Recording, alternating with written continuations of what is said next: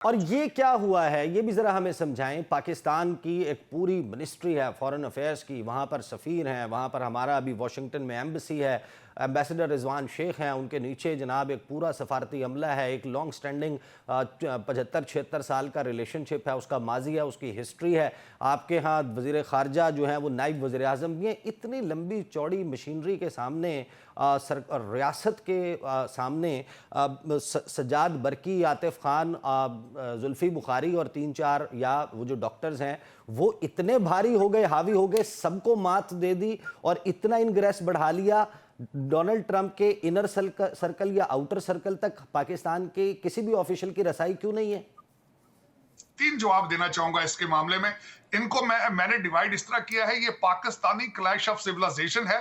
इस वक्त जिन लोगों की आप बात कर रहे हैं, नून लीग वाले या गवर्नमेंट के अंदर जो बैठे हैं, बुजुर्ग हैं ज्यादातर, उनको अपने ना ईमेल लिखनी पढ़नी आती है, ना ट्वीट अकाउंट है उनके, कोई और ऑपरेट करता है। दूसरी तरफ एक सोशल मीडिया की आर्मी हायर की गई थी। इस वक्त सोशल मीडिया बल्कि उनका इतना फेक हद तक आगे जा चुका है, खतरनाक हद तक।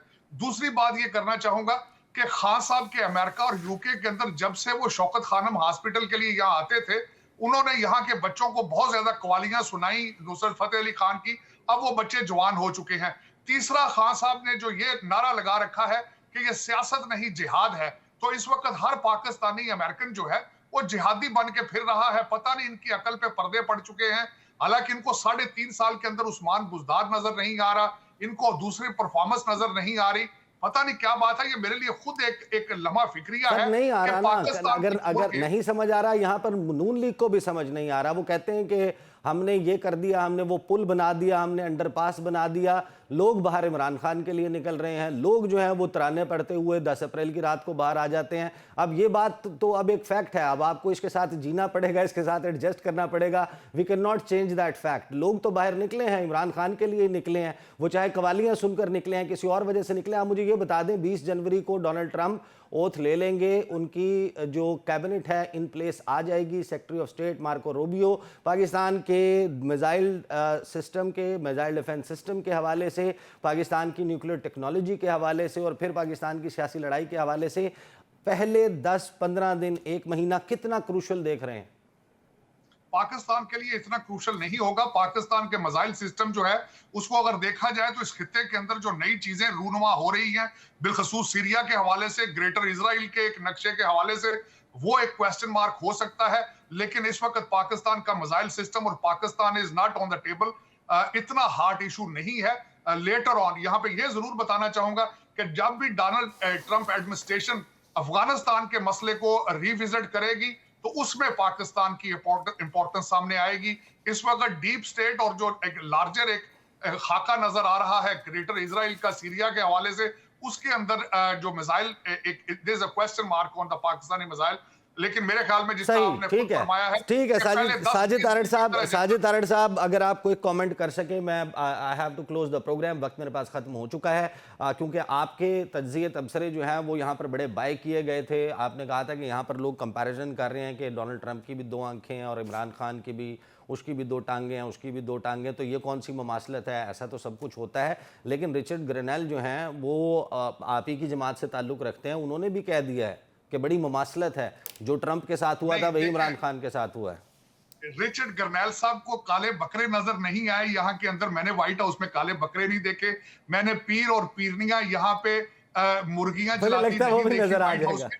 Sir I agree with you. मैं अमेरिकन डबल स्टैंडर्ड्स, मैं आपसे इत्तफाक करता हूं। ये जो दोहरा मयार है कि गजा में, फ़लस्तीन में जो कुछ हो रहा है, पूरी दुनिया में जो जेनोसाइड होती है, कॉन्फ्लिक्ट्स का बिजनेस होता है, असलहा का कारोबार होता है, इलिसिट ड्रग ट्रेड को जो है वो टेसिट अप्रूवल दिया जाता है, जो बड़े बड़े कार्टेल्स हैं, ड्रग कार्टेल्स हैं, मैक्सिको से लेके कोलंबिया तक, उन सब की सरपरस्ती कहाँ कहाँ कौन कौन करता है, उस बहस में जाए बगैर अब ये है हमारे सामने फैक्ट ये है कि एक शख्स वहां पर बैठकर ट्वीट्स कर रहा है जिसका नाम है रिचर्ड ग्रेनेल। आपको लगता है कि क्लियर कट यस और नो, क्या ये शख्स पैसे लेकर ये सब कुछ कर रहा है? देखें, ये पैसे ले या ना ले, लेकिन इस वक्त डॉलरों और पाउंडों की बारिश इंग्लैंड और अमेरिका में हो रही है। और जो गोल्डस्मिथ एंगल है बिलखसूस, एक जूइश एंगल जो इजराइल का है उसको आप डिनाई नहीं कर सकते। इतना ज्यादा आउट ऑफ द वे जाके स्पेशल इंटरेस्ट लेना, यहाँ अमेरिका के अंदर भी लोग हैरान हैं, परेशान हैं कि कौन सी ऐसी चीज है जो इमरान खान इनको दे सकता है जो दूसरी दुनिया नहीं दे सकती।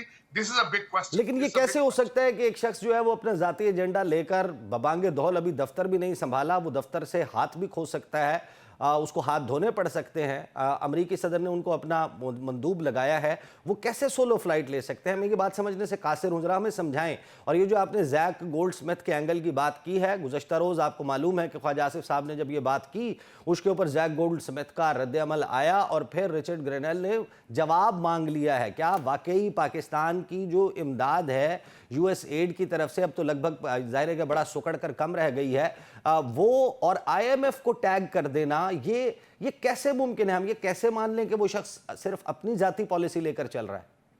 बिल्कुल, मैं आपसे इस बात पे एग्री करूंगा। This is an extreme matter of fact कि आप एक किसी की सपोर्ट में इतना आगे चले जाएं, उसका हिस्टोरिकल फैक्ट देखे बगैर कि 2018 में खान साहब आए किस तरह थे, पाकिस्तान को उन्होंने दिया क्या है, और आज अगर रिहा कर दिए जाएं तो फिर पाकिस्तान का क्या बनेगा। इन सारे फैक्ट्स को जो है वो रिचर्ड ग्रेनेल नहीं देख रहे, वो सिर्फ ये देख रहे हैं कि पता मैं जो आई विश कि मेरे पास इसका जवाब हो, लेकिन दिस इज एन एक्सट्रीम। मुझे ये बताएं कि अमेरिका, नोइंग अमेरिका, आप जानते हैं अमेरिका को, अमेरिका के इन्फ्लुएंस को, आईएमएफ में उनके वोट्स को, आईएमएफ पर उनके इन्फ्लुएंस को, उनकी आंख का एक इशारा कहा यह जाता है कि वो आईएमएफ के फैसले तब्दील करा देता है। क्या आप पाकिस्तान के आईएमएफ प्रोग्राम पर कोई खतरा मंडलाता हुआ देख रहे हैं?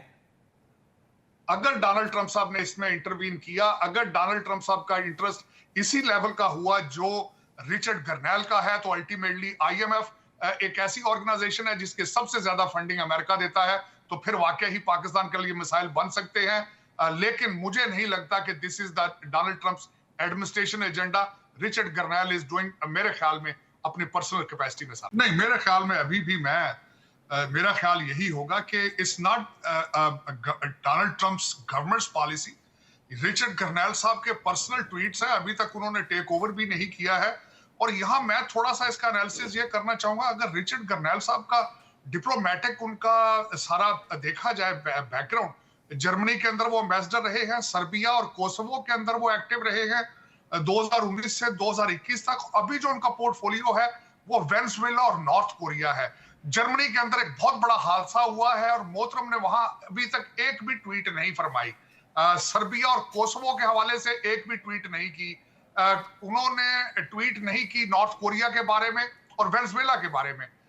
लेकिन इस रेफरेंस से कह रहा हूं, ये इनका जाती फेल है कि डोनाल्ड ट्रंप साहब ने तकरीबन सारे इंटरनेशनल इश्यूज जो है वो निकाल कर टेबल पे रख लिए हैं। आपने देखा होगा उसमें कनाडा है, मैक्सिको है, भारत है, पनामा कनाल है, उन्होंने ग्रीनलैंड है, उन्होंने बांग्लादेश के अंदर हिंदुओं के साथ जो ज्यादती हो रही वो भी टेबल पे रख ली है।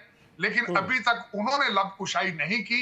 लेकिन रिचर्ड ग्रेनेल साहब जो है, इनको शायद कुछ स्पेशल इंटरेस्ट है पाकिस्तान के अंदर। साजिद तारड़ साहब, जो डोनाल्ड ट्रंप का ट्वीट हमने देखा है उसमें ये स्पेसिफाई नहीं करते कि सिर्फ वेनेजुएला और नॉर्थ कोरिया है।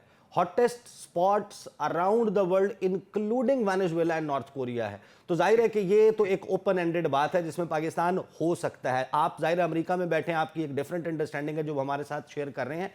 लेकिन क्या जो शख्स जिसको डोनाल्ड ट्रंप ने अपनी आने वाली इंतज़ामिया में एक अहम ओहदा दिया हो, वो डोनाल्ड ट्रंप की नाक के नीचे अपनी सोलो फ्लाइट या अपनी पर्सनल पॉलिसी लेकर चल सकता है? ये हम कैसे मान लें कि उनको डोनाल्ड ट्रंप की तरफ से ये टास्क ना दिया गया हो, या आप हुकूमत के उस मौके से एग्री करते हैं जहां पर मौजूदा हुकूमत के लोग कह रहे हैं कि इसने पैसे पकड़े हुए हैं, लॉबिस्ट से, लॉबिंग फर्म ने इसको पैसा लगाया रिचर्ड ग्रेनेल को? आप क्या इस बात को मानते हैं कि रिचर्ड ग्रेनेल पैसे लेकर ये काम कर रहा है? मैं माजरत के साथ ये कहूंगा, सवाल के जवाब में सवाल पूछ रहा हूं। मेरा क्वेश्चन ये है कि रिचर्ड ग्रेनेल साहब को 1,85,000 गाजा के औरतें और बच्चे नजर नहीं आ रहे, सीरिया की बॉम्बिंग नजर नहीं आ रही। चले फर्ज कर लेते हैं इन्हें पारा चिनार के 100 बच्चे और अभी तक वहां पे जो अद्वियात शाट है वो नहीं नजर आ रही, और इनको सिर्फ इमरान खान नजर आ रहा है। इन्हें इमरान खान में क्या नजर आ रहा है, मेरा ये क्वेश्चन है।